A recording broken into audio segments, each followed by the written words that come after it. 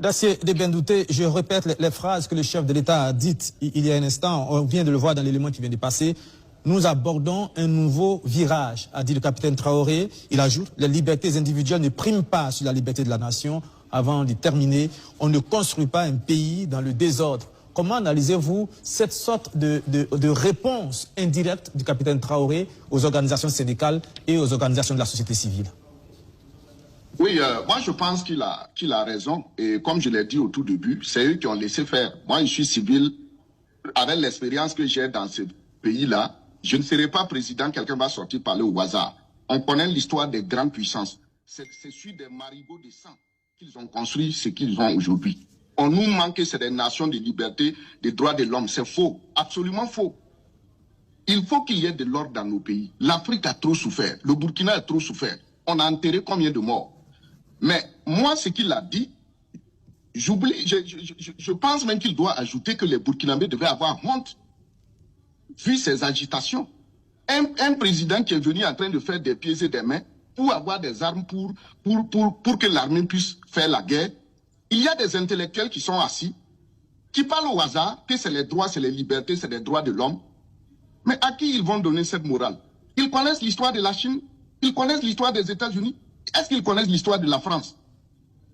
Au lieu, moi j'ai toujours dit ici, donnons les idées, encourageons les gens à avancer. Ce qu'il dit, la discipline. Regardez la Chine, qu'est-ce qui fait la force des Asiatiques? C'est la discipline, l'ordre. Mais chez nous, regardez le désordre. C'est les ONG qui viennent nous donner des concepts. Matin, tu te lèves en Afrique, à droit de l'homme, et grossesse précoce, émancipation de la femme. Et c'est des concepts comme ça. Et c'est des intellectuels qui parlent tout le temps. Donc moi, je ne suis pas d'accord avec ce que les gens sont en train de faire. Qu'est-ce qu'il faut? Pendant la Première Guerre et la Seconde Guerre mondiale surtout, les travaux forcés là, c'était pour que les gens travaillent d'arrache-pied pour soutenir les troupes au front. On a les troupes au front sur les 4 coins du Burkina.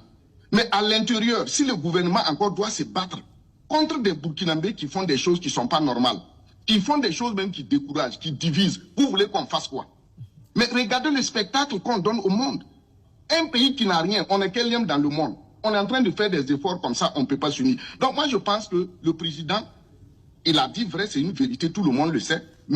Dacier Debendouté, vous avez dit que dans cette situation, pourquoi les Burkinabés ne s'unissent pas? Est-ce que vous croyez qu'avec ce genre de discours assez martial, on est sur la bonne ligne pour l'unité? Mais l'unité là, c'est une prise de conscience. Savoir que le pays, ça ne va pas, il faut s'unir. Savoir que non, il y a des autorités qui font des efforts, il faut les reconnaître. Le Burkinabé n'a jamais été celui-là qui reconnaît les efforts de l'autre. Merci Dacier.